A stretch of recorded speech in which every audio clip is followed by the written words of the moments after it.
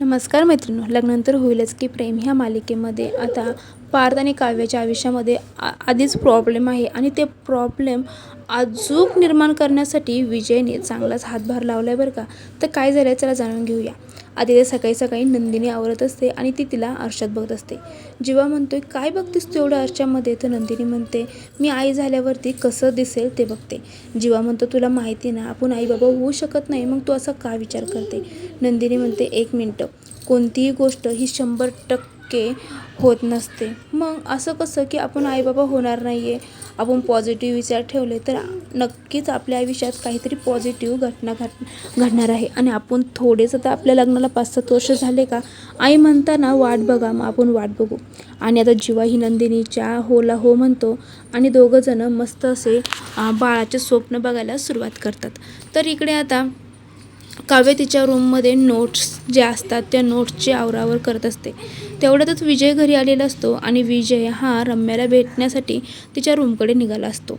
पण वाऱ्याच्या वेगामुळे काव्याचे सर्व नोट्स जे आहे ना ते रूम बाहेर जातात आणि ते एक एक नोट्स गोळा करत असते. तेवढ्या तिथे विजय येतो आणि तोही त्या नोट्स गोळा करतो.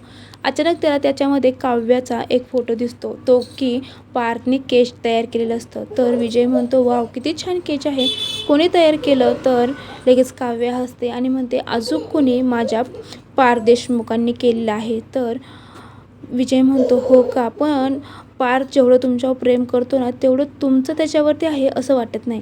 असं असतं तर तुम्ही हे असं केच वाऱ्यामध्ये उडूनच दिलं नसतं. तर काव्यामध्ये हे काय बोलताय. तर विजय म्हणतो मी काही चुकीचं बोललो का. तर काव्य थोडा विचार करायला लागते का बाबा विजय असं का बोलतोय. तर पार्थ म्हणतो मला असं वाटतंय काव्य तुम्ही काहीतरी टेन्शनमध्ये आहे, तुम्हाला बाळ होणार आहे याचं तर तुम्ही टेन्शन घेतलं नाही आहे ना, तुमच्या दोघांमध्ये सगळं ओके आहे ना. तर काव्य म्हणते हो हो. पण आता पार्थ घरी नसताना विजयने ठरवलेलं असतं की पार्थ आणि काव्याला हे बाळ नको आहे, हे आपण घरच्यांना सांगायचं आणि ह्यांच्या आयुष्यामध्ये चांगलंच गोंधळ उडवायचा. कारण पार्थ हा रम्याला बोललेला असतो आणि ते विजयला अजिबात आवडलं नसतं. त्याचा काटा काढायचा म्हणूनच हा विजयने प्लॅन केलेला असतो. तर पुढील भागामध्ये नक्की काय होणार आहे ते